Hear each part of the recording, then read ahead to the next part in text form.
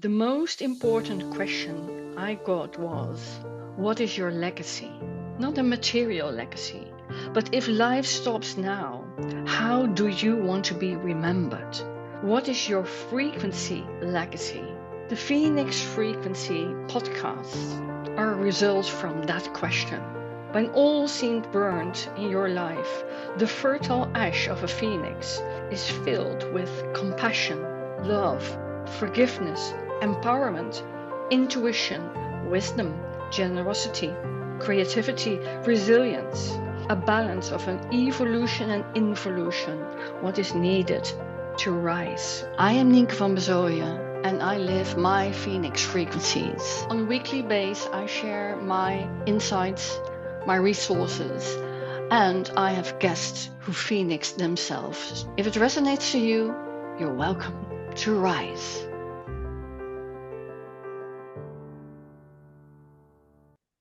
Welcome to the Phoenix Frequencies. And today I have a special guest, my very, very dear friend, Dr. Betty Uribe.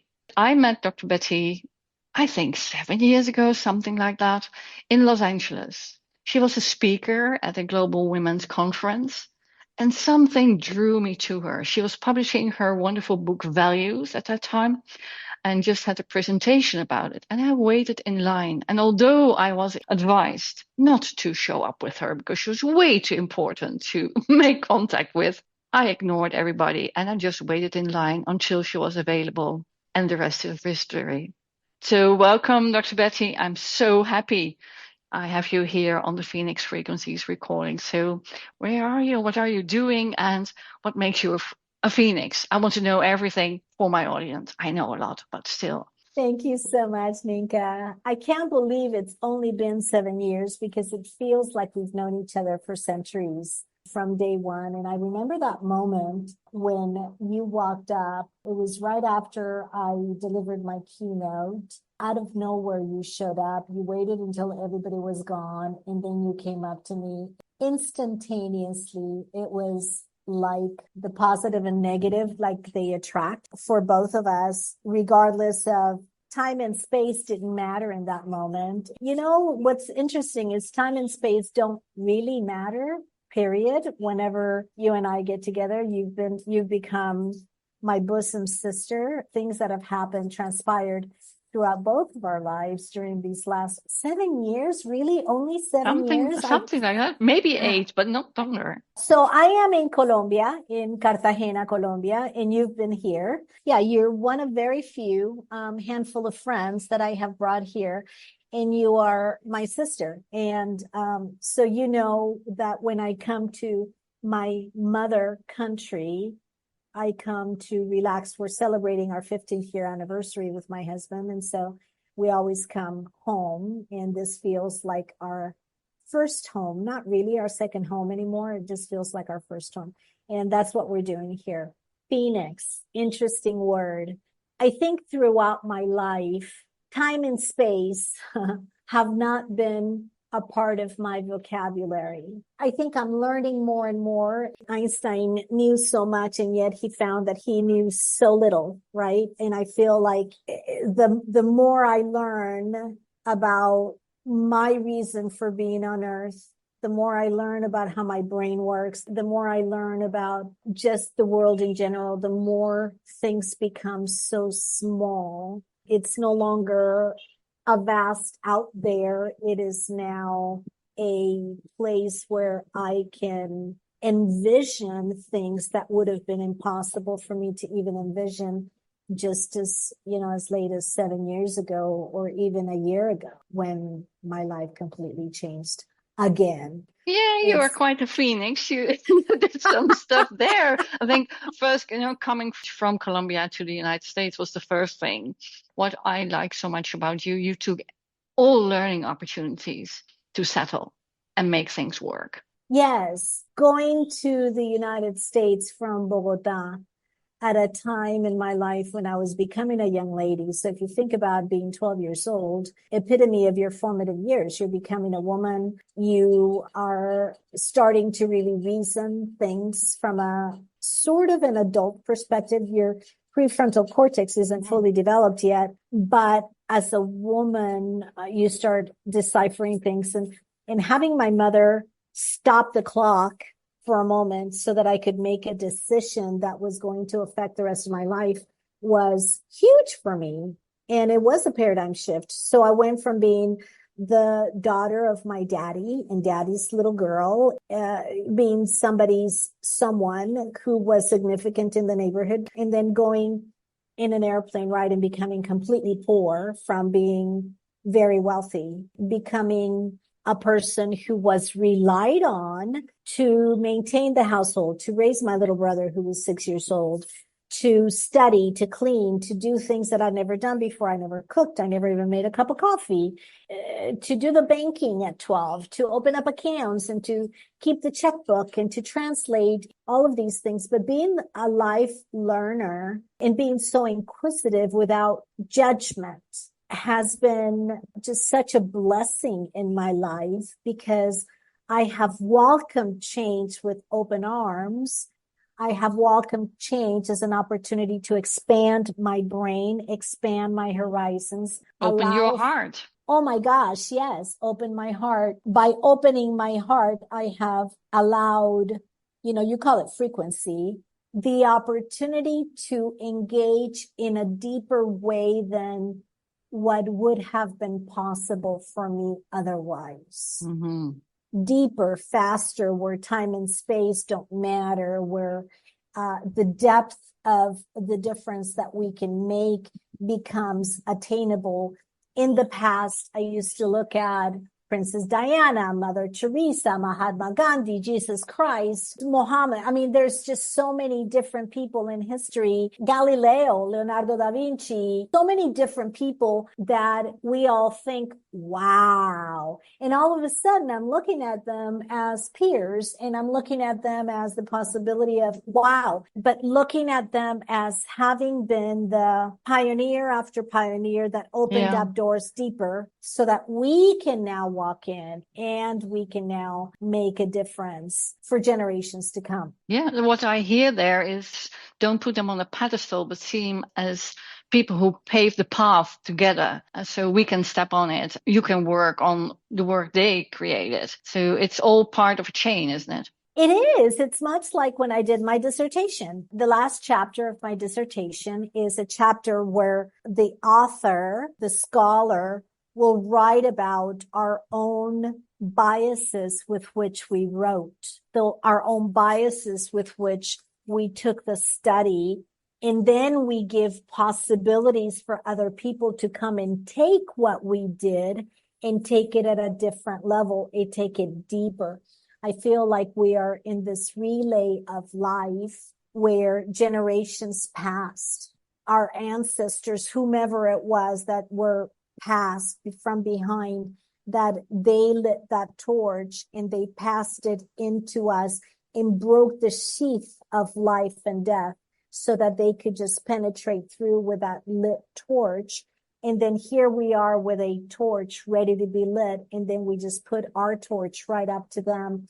And now it's our turn to carry this in this relay. Like the Olympic flame, isn't it? Like the Olympic flame, exactly. Who did you learn from? Because not everybody knows you yet, but how about your Aunt Rosa? What did you learn from her? Oh my gosh. My Aunt Rosanna was like my second mother. When my mother passed away, I had the blessing of having several mothers, but my Aunt Rosanna was very special to me because she loved me as her own daughter.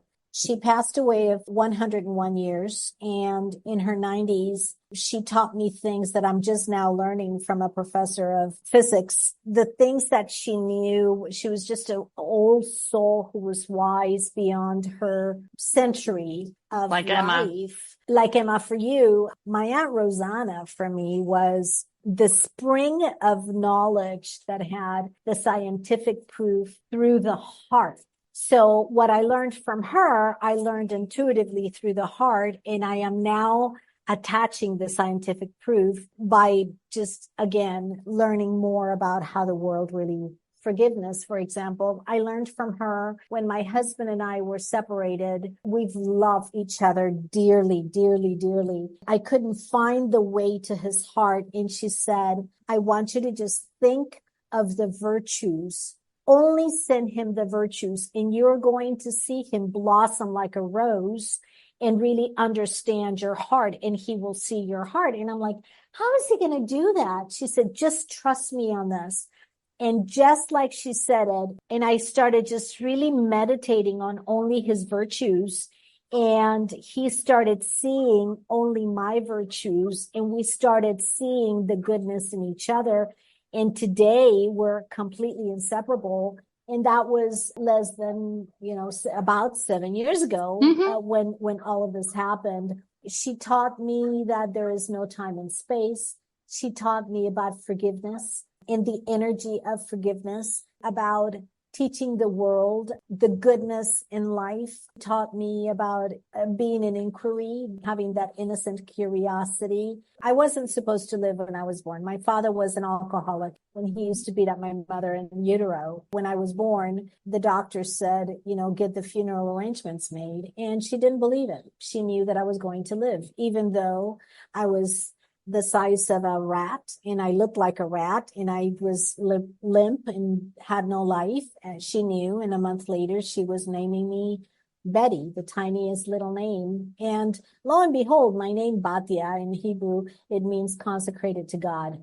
And that's the way that I've been throughout my entire life. So I think my birth itself put a stamp on what my life would be like, breaking all odds, breaking walls, creating bridges, creating the impossible, again, time and space, not being part of anything that happens, because really time and space is just something relative that people use to compare. My mom said, don't compare yourself to anybody else. You're super intelligent. You can reach anything you want. You can be the president of the United States. I can't, because I wasn't born here, but she believed that I could. Therefore, I believed that I could. And therefore, I don't see obstacles. I see opportunities to create. I think it's a wonderful story that you learned how to repair cars. So when I had to drive to Luxembourg, where you were staying and as panelist, I wasn't really sure about my car, but I knew, I'm just going to pick Dr. Betty up, and whatever happens, she can help me to repair my car. So I think that's, you can call it a frequency. I just saw you were in the whole thing and nothing happened, of course. Funny, because the idea of female and male roles, the idea of constraints, the idea of labels really don't exist. I think these were man-made so that we could hold people in a box, hold ourselves in a box. When we break out of labels, strains, past experiences, just let go, and we just show up. You're elevating in many areas in your life, and you flew out of the cage in business, in the firm, and now you're just flying the world and creating your miracles by just showing up. So what is recently in your life? Is there anything you like to share? What's coming up? Can you share? I'll share an experience I just had 2 weeks ago, because it's present in my life. Today is July 5th, and yesterday was 4th of July, which in the United States, it's the day that we celebrate freedom and we celebrate core values. And it's also the day that I celebrate my wedding anniversary with my husband. And as I was thinking about my vows, I was also thinking about the core values of the founding fathers that's founded the United States of America. 2 weeks ago, I had just an inkling to show up at this place outside of London for what I thought was going to be a time with a couple that invited me prior to opening up an opportunity for different countries, 54, 56 countries to be exact, to have their first national prayer breakfast. And I found myself, by showing up one day early, they said, Dr. Betty's here. Oh my gosh, you're here just in time for the delegation. And he was a delegation of parliamentary leaders from more than 20 plus countries. I didn't even think about Do I need to go to the restroom? Do I need to put my luggage away? I just went straight in and we sat down for a circle. I normally just sit in the front only because then I can stay really focused. And so I sat in the front, and it turns out that I walked in a perfect stranger. By the end of the evening, after sharing my full story, we were brothers and sisters. And today I have brothers and sisters who are parliamentary leaders in 20 plus countries around the world. And I've been invited, and we're going to be doing some incredible things. That happens only when you show up. With an open heart. With an open heart, without judging yourself first, because we judge ourselves and we put ourselves in a box and we say, I'm not good enough. And I call it, I'm not blank enough, right? I'm not good enough, tall enough, white enough, black enough. So when we stop the labels, and I love the idea of time and space, because time and space are so confining, and yet humanity lives by time and space. They have a watch in their hand. When you and I get together, there is no time and space, Nienke. And it's always unpredicted. And it's so funny. I try to get other people. They say, oh, Dr. Betty, I really want to meet with you. Can we just define a time? And I say, no, let's not define the time. The time is going to come. I'll just text you when I'm ready. And if you're ready, then we'll just meet. And they think, oh my gosh, this woman is crazy. You know, they used to think that Michelangelo was crazy. Pioneering, that's all. That's it. All it is just breaking new ground. You and I are completely aligned. Your vernacular is our frequencies aligned. We're in the same frequency. And yes, it's been proven that it is all about frequencies. When I talk to business leaders, I tend to not bring up frequencies because they don't understand that, although the world is getting there now. But we are completely aligned. Our values are aligned. Our moment in time, our time and space is now aligned, so that we can cohabitate in this precious cocoon of time and space where it's not there, where it's the vacuum of time and space, in the space of creativity being 100% present. Have our presence, learn what we need to learn, and then just do what needs to be done by showing up. I think it's a moment in time that I think I need to share this. And I've not shared this as much depth as I have, but I was asked to speak at the National Prayer Breakfast. And the National Prayer Breakfast has been led by the President of the United States many decades. And this particular one was exactly a year ago. Remember, time and space doesn't matter. In 3 minutes, 28 seconds to be exact, there were 91 countries represented, 1,600 leaders, kings, queens, presidents, members of parliament, members of Congress, you name it. And in 3 minutes, 28 seconds, I spoke. And I remember praying about this and asking God's Holy Spirit to just reign. Whatever your belief system is, for the people that are in your audience, when you hear this, what I'm going to tell you, you will understand what we're talking about when Nienke talks about frequency, when I talk about alignment, when we see that an entire room of 1,600 people are aligned in one same space. The moment I said, would you please close your eyes and think of yourself as a child, all of a sudden, 1,600 people have been children.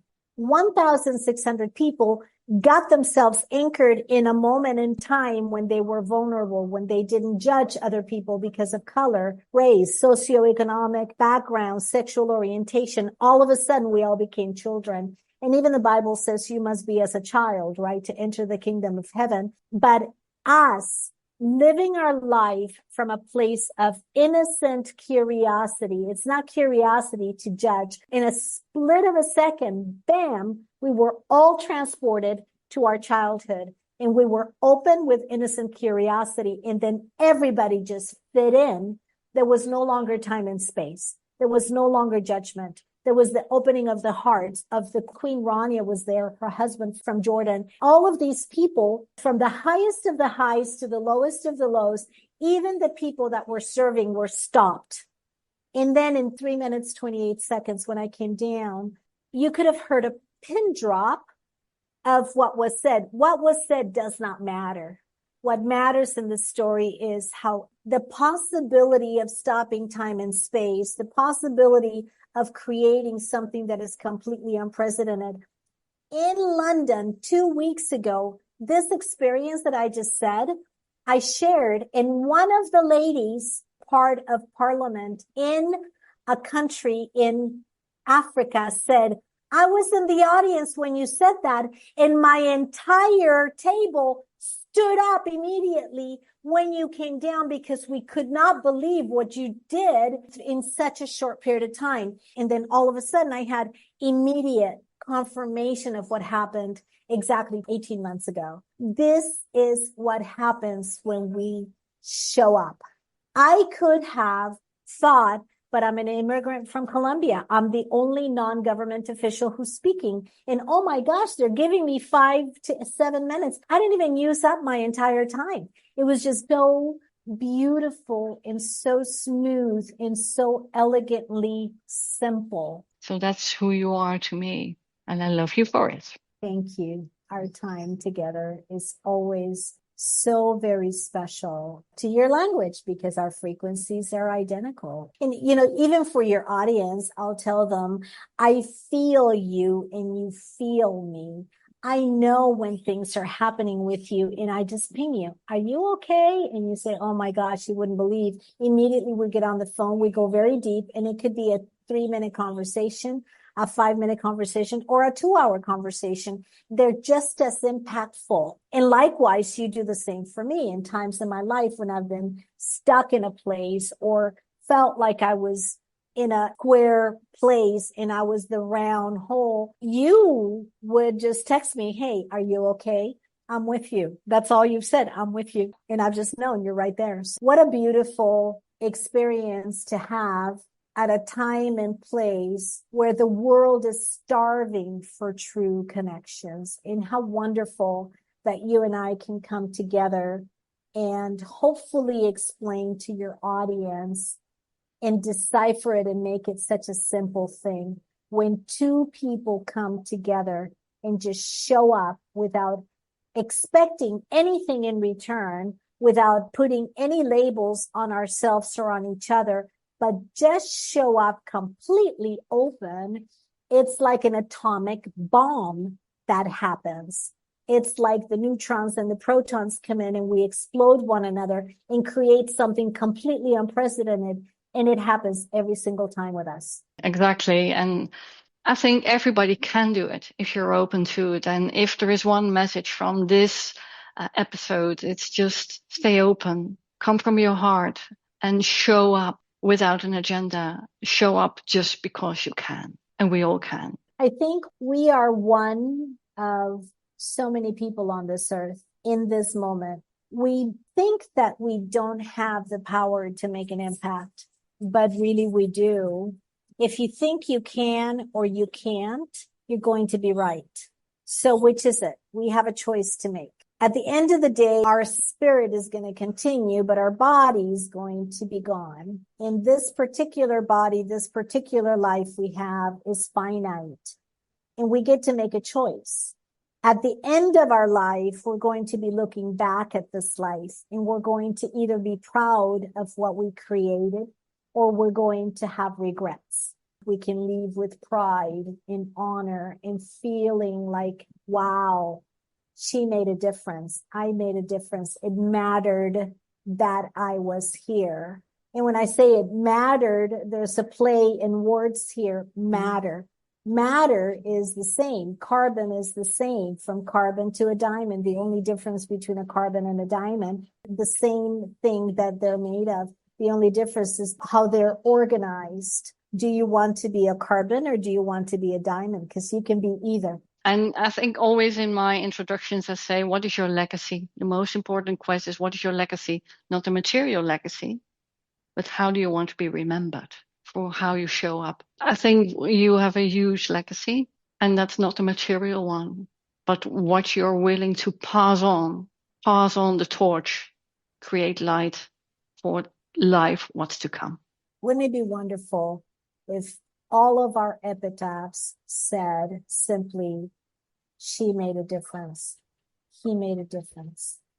And it's just living our life on purpose to just make a difference, to touch somebody, whether it's with a look, the person who sweeps the ground outside. Like you had in your prayer room, all high and low, but you had all human beings. Everybody was a child again, and that's what you created. There's no high and low. There's just a connected energy. Wonderful. Thank you, Dr. Betty, for being on. And thank you, Nienke. to be Thank continued. you so much for having me. Yes, we'll continue Passing on the light, passing on the torches. Absolutely. Really, really wonderful.